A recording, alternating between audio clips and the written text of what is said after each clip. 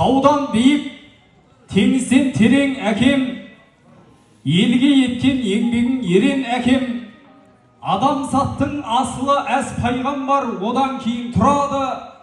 Менің әкем судан таза, қардан да әппағарың, ешкімнің ала жібін аттамадың.